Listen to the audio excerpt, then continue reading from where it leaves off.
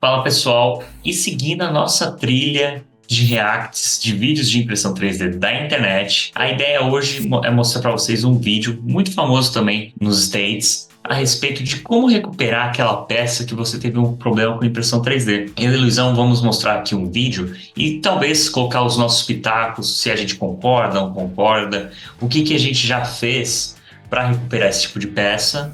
Mas antes, o Luizão tem um recado para vocês. E o nosso segundo vídeo de teste de React para vocês, então hashtag obrigado para você que tem acompanhado a gente até aqui. Vamos fazer mais uma análise sobre processos técnicos, então aqui é muita gente poder analisar um pouquinho mais. E como agradecimento para você que tem adquirido cada vez mais conhecimento na impressão 3D, hashtag obrigado. A gente está mandando aqui, tá aqui na descrição obviamente, nosso cupom tradicional de ForMotion10.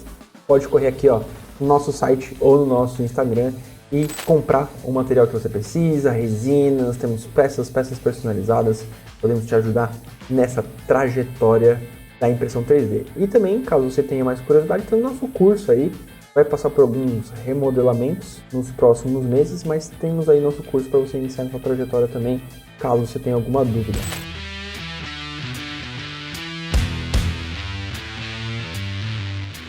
A ideia aqui é a gente mostrar alguns exemplos, tá? O Luizão vai parar em alguns determinados pontos do vídeo, a gente vai continuar, mas é mostrar, poxa, comecei aquela peça, comecei a imprimir, poxa, já tô quase terminando, quando às vezes cai a luz, dá algum problema na máquina, e você fala, puxa, já gastei todo esse material, até que tá perfeita, o que eu faço para recuperar? O cara, quando fez esse vídeo aqui, o plano era justamente explicar esse tipo de situação para vocês. Exato. Quem nunca pôs uma peça de 48 horas na impressora, chega nos últimos 10 minutos a gente tem um problema, e aí você chora. E aí, imagina se você conseguisse simplesmente continuar da onde parou a impressão, né? Isso é o que a gente vai fazer aí mostrar nesse vídeo, que realmente é um processo bem bacana aí que a gente pode tá aprendendo, né?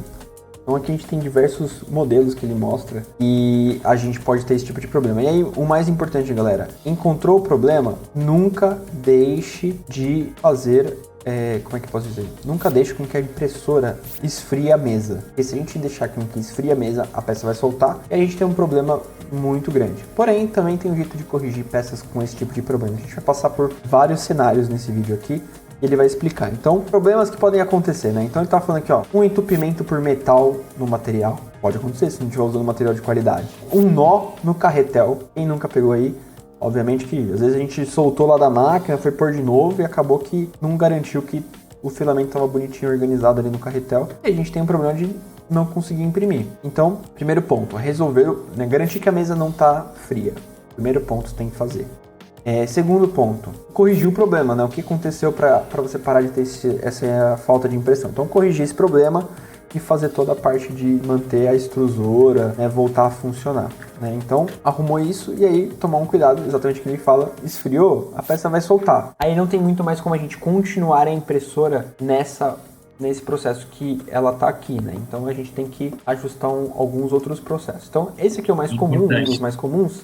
Exatamente você medir aonde você imprimiu, a altura que você imprimiu, corta a peça, imprime outra parte e cola. Infelizmente, tem que fazer esse processo. Mas e quando você ainda consegue salvar ali? Como é que você faz essa correção, né? O que a gente deveria fazer aqui? Então, ele fala que o primeiro passo é a gente limpar o que tem de resquício, né, dessa última camada, né? Porque às vezes fica meio falhado, a gente não pode imprimir em cima disso de novo. Segunda parte é a gente garantir, né, a altura, né? Então ele vai medir a altura. Tem algumas formas de você medir a altura na impressão. Uma delas é usando ali um paquímetro, né, que a gente possa ter. A gente pode medir também com uma régua, ele vai até mostrar aqui, né? Então você pode usar duas réguas ali para fazer uma medição. Eu acredito que seja o mais tradicional de conhecimento geral, tá, pessoal? Exato. A gente fala muito paquímetro aqui, mas é porque eu e o Luizão somos engenheiros, mas, sendo bem sincero, dificilmente o pessoal tem paquímetro em casa. Exatamente.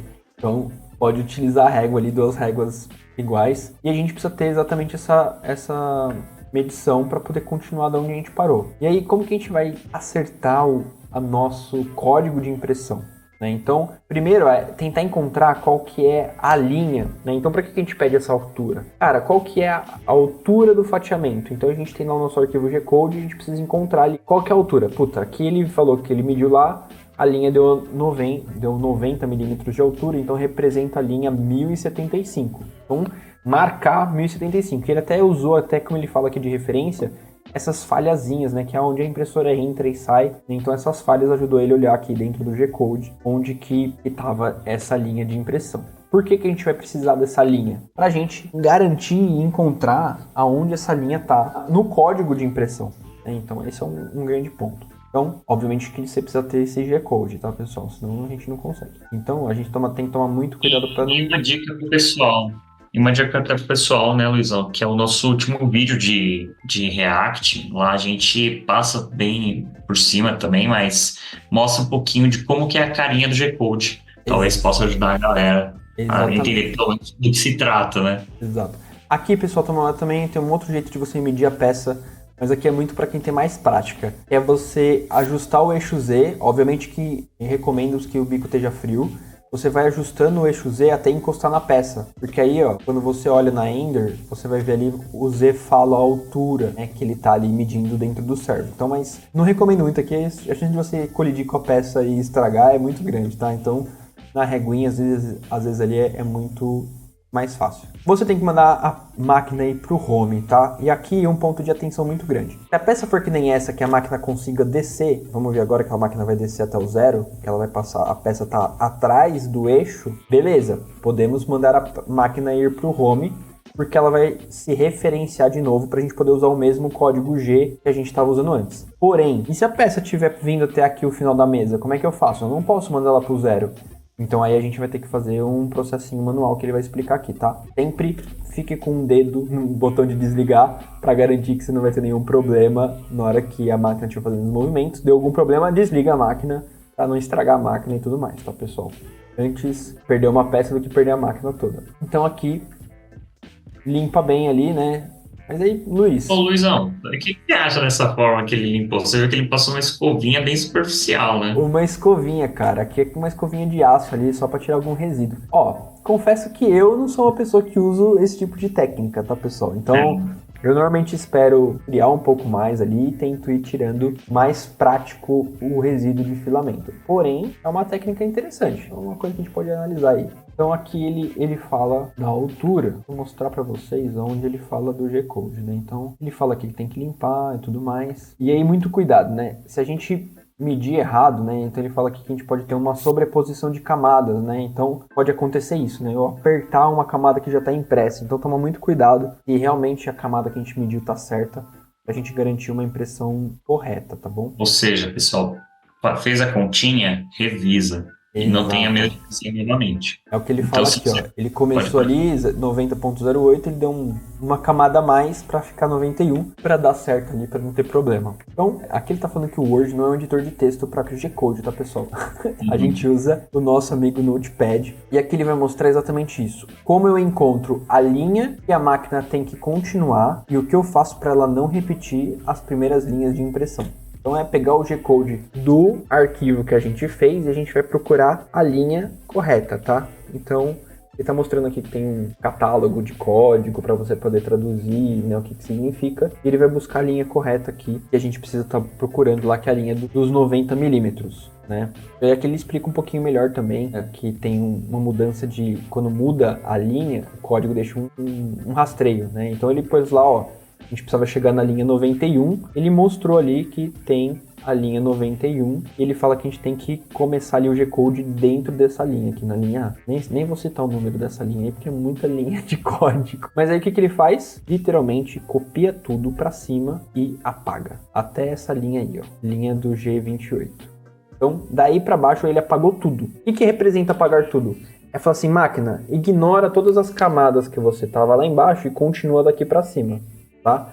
Então é basicamente isso, pessoal. Ele está editando o G-Code para a gente garantir que a máquina não vai imprimir de volta e ela consiga seguir dali para frente, que é da onde, em teoria, foi onde a gente perdeu, né? E aí ele coloca um comando exatamente para poder ajustar, se eu não me engano, a parte de extrusão. Ah, minto. Aqui, perdão. O comando M06, M106 é para a gente poder configurar o cooler, para ele deixar o cooler ligado, né? Que o cooler normalmente liga depois das duas primeiras camadas. Então ele liga o cooler 100%, se não precisar que o cooler fique ligado, não tem problema, pode deixar desligado, mas vai imprimir um PLA, peça grande, normalmente a gente tem que estar com o cooler. E aí ele fala assim, garanta que tudo que tenha feito impedido, né, a sua máquina de seguir a impressão, você tenha corrigido, né? E aí a máquina continua. Até porque é um puta trampo, né, Luizão? É assim, quem tá disposto a imprimir uma peça grande, pessoal, e não quer perder material ou tempo, tem que estar disposto a fazer esse processo. Então é um processo que tem raciocínio, revisão e paciência, muita paciência, tá? Então, Tá vendo? Aqui se ainda for ficou... nessa linha, tem essa paciência. Exato, mas no final ficou até que bom, né? Tem uma marca aqui, ó, que você consegue ver onde teve o continuar, né? Onde continuou a impressão, mas, cara, salvou a impressão. Então, não perdeu horas e horas de trabalho, né? Então aqui é bem bacana. Ele vai dando alguns outros exemplos, né? Então você mediu ali com um paquímetro, fez a edição, né? Ajustou. Aqui, se não me engano, ele está mostrando a parte de quando a gente não consegue zerar a máquina, né? Então a gente tem que posicionar no ponto correto. Isso aqui é realmente bem mais difícil, pessoal, porque como a gente perde a referência da máquina, ele não consegue ir pro home, eu tenho que garantir que ela esteja iniciando bem no começo da impressão que ele deveria estar. Então, tipo, aqui realmente é muito técnico e muito difícil. Então, tipo assim, esse é o ponto que tem que iniciar a camada. Eu tenho que estar monitorando, colocar a impressora nessa mesma posição, aí a partir daí ela seguir a impressão. Então é bem mais difícil, né? Eu acho que nesse caso aqui deixa bem mais complicado por caso você não tenha uma experiência grande de impressão 3D, tá? Mas funciona aqui, galera, ó. Realmente você consegue preparar aqui e ter ali uma impressão única. A gente consegue voltar à impressão. Obviamente que existem processos mais complexos, processos mais simples, né? Mas todos eles existem uma maneira de você tecnicamente recuperar a impressão.